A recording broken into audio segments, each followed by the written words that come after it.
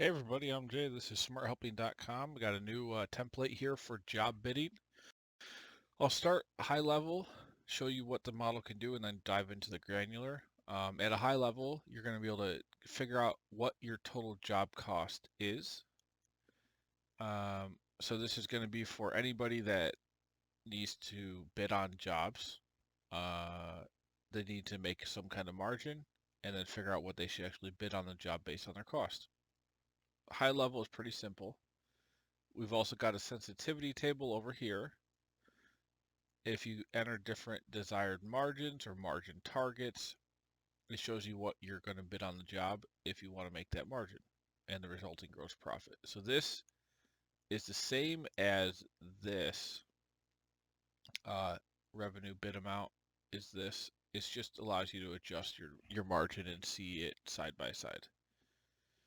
Bottom, you're going to see summaries of total revenue, expenses, gross profit.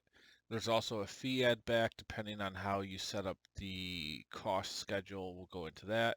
And then there's a cost summary of all of the different main components of the job's costs and the percentage of each of the total cost. All right, so let's dive in. The main thing to understand is you can adjust things in yellow.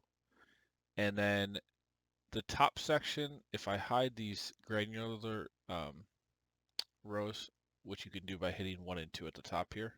So if I hide everything, the top section is wages, next section is other direct costs. Add those together, and that's your total cost for the job. We've also got some management fees. So wages is first. So let's look at that. We've got 7 job worker types. So these could be different workers. They might have different pay rates. You can edit here. Let's say, one's $35 an hour, one's 15. You can see the numbers are all updating. You could define how many of each worker or type you're going to need, sorry. And then the total hours you expect them to spend on the job. And then it gives you the total cost that you're going to have to pay that each worker type their total wages. Then we have subtotal wages here, so adding up all that. Now, some of these worker types might have health insurance, might have a 401k, might have payroll taxes here. So you can enter, and some may not. So you can enter, you can zero some of these out, which in that case, it will zero them out down here and affect the total benefits and taxes calculations. Let me undo that. So this is pretty good for granularity, but still enough to like plug in data pretty quickly and get a general idea of your costs. So fringe benefits, taxes, you can enter that. Next, for each worker type, so these are automatically populating once you fill in the worker type here. So if I put like test 1 here, you can see the test 1 now updates in each of these slots. So we also want to know the overtime expectations, how many of, let me undo this, worker type 1, how many of those workers are going to have overtime, and on average, how much are each of them going to work in overtime. So in this case, let's say maybe 3 of these workers are going to have overtime, and each one's going to have 2 hours of overtime. So that's 6 total times time and a half. There's your 315. Each of these are configurable independently, and if you don't use a slot, you can always zero it out. So you don't have to use all 7, obviously. You can use however many you need. So you've got overtime, you've got holiday pay. If there's any holidays during the job, you think how many workers are going to apply to that, have that applied to them, and then total hours of holiday pay, and that wage rate's time and a half as well. And then PTO time, you can also enter that. How much PTO time is going to be used. So pretty granular here on wages. Then you've got subtotal all wages, the average wage rate of each worker type, and this is going to take into account the total hours worked at the base wage, overtime, holiday, and PTO, put it all together. 68 hours in this case, earning 2,590 if we add up the first row of each of these. And then you get an average pay rate for worker type 1 of $38.09 in this case.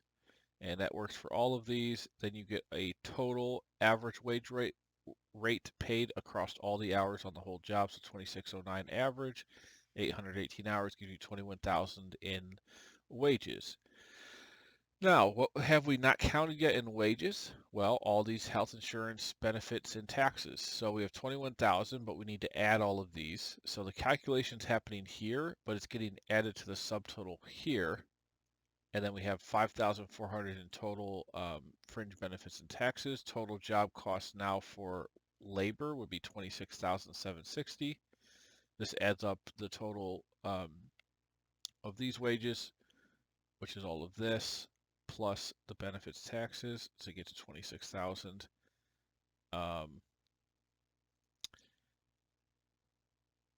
Then we have, so this part is optional, and you might be charging your profit instead of doing a desired margin here. You could essentially set this to 0%, but say that you're taking a fee or profit and charging general and admin expenses as a percentage of your total wages. So in this case, we're just taking this total wage amount times the general and admin percentage, and that fee percentage as a percentage of the total wages. And we also do the same thing down here under total other direct costs. So same idea, we're calculating all these costs and saying there's also general admin and fee profit on that. You can do that, and you would set this at 0%, and then you can see at the bottom in the second summary, your margin is actually 8% if those fees, which we can see here are 2,600 plus 2,300, it'd be $5,006, ends up being the gross profit. So you're adding those back as profit. Now, if you don't have those, you can always zero them out. I just zero this out and this. Okay, now you have, well, no gross profit. You'd put this back to say 15%. Here's where you can bid on the job. You go down here, you can see now, okay, we got a 15% margin. And then this is no change because we're not adding in any fees as a or profits or general admin fees as a percentage of any of the costs. So a lot of flexibility in this. Let me undo this, put these back to 5. Okay, so that's the top section, all wages and those fees. Next is other direct costs. So this is if your job's going to take, you could be renting equipment, paying for all kinds of different things. So I did 3 main columns that you can use, and you don't have to use all of them. The first one is an example saying, let's say you rent out equipment, it costs $500 a day. You use 3 of these pieces of equipment, and each one you rent out for 10 days. So I've got 3 pieces of equipment, rent it out for 10 days, and each piece is $500 a day. In that case, you multiply them all across. Let's look at another example. Let's say in this case, we are going to have to buy some materials. It's $250 cost per unit, and you got to buy 5 of them. But there's no count to input because there's no need. If you're not using the second column, just put a 1 in there, and it just, because it's just multiplying these across, so it just essentially nulls out count 2. But don't put a 0 here because that'll zero it out. You just want a 1 if you don't want one of these to take effect. So you see 250 times 5 is $1,250.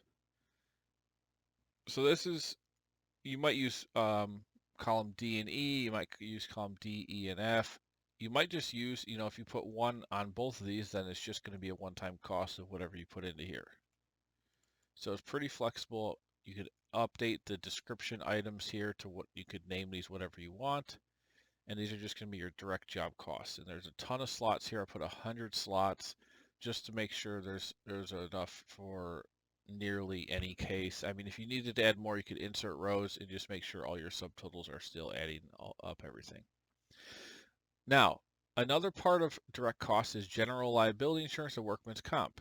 This is usually, from my experience, based on a percentage of total base wages, which is just these up here. Well, no, sorry. It'd be the all the overtime, PTO, all this. not counting taxes though. So if we look at the calculation here, we're doing 5% times, oh wait, sorry. We are doing it based on just base wages. So not counting overtime, holiday pay, PTO, or these three, just base wages. Sorry, that was confusing. Now you could adjust these calculations. It's not hard to change the reference if you need. Um, Different people might have different ways to calculate or estimate different costs. I am available for custom work as well if you need modifications at my regular pay rate of $195 an hour. If you want to build something from scratch or adjust, um, I can do that and modify anything as needed. So there's liability, workman's comp, total direct costs. Then you've got this fee profit, which we already talked about, which is a percentage of this total direct costs. Then we have subtotals here, total other direct costs and labor, so 55,000. And then the only thing else to add to this is management fee 1 and 2, optional. And this is just going to add to the cost. This may or may not be flowing to as part of this, as part of the owner operator's profit, but is separated out in case it's not, and it's just part of a cost. Then we've got our summaries here, which we already talked about. Alrighty, that's all I got for the template. You can download it in the link below. I will be putting it on smarthelping.com. If you go over to the accounting section, let me go to the home page, accountant. I will put this in probably the calculator section. Yeah, the calculator section as I don't know what I'm going to call it. I think it's more of it's basically like a job bidding template, job costing, job bidding, uh, to help general contractors. Now, if you want more templates, I've built hundreds of financial models over the years. You can check them out here. I do a lot of startup models for a bunch of different industries, like 5-year financial pro formas, financial statements, income statement, balance sheet, cash flow statement, IRR, discounted cash flow analysis, all those types of things with bottom-up assumptions for different businesses. That's kind of what I do for a majority of the work. I also have a lot of real estate underwriting calculators for different things. IRR hurdles, cash flow waterfalls, joint venture stuff, um, just all kinds of tools. General valuation templates Uh, I've done a bit of Google Sheet work as well for like HR trackers, general automated filtering logic. You can learn a lot of stuff here with Google Sheets, sales pipeline, KPI dashboards, a lot of fun stuff with that. So check it out. Best way to explore, I'd say you can see all the big bundles on the right-hand side here, or you can just go to the all financial models and look through each one. And then if you want to hire me, hire tab at the top, $195 an hour. Usually I work in 1 to 3 hour blocks, and my turnaround time is within 1 to 2 days in nearly all cases. Alrighty, take it easy, like and subscribe. I'll see you guys on the next one.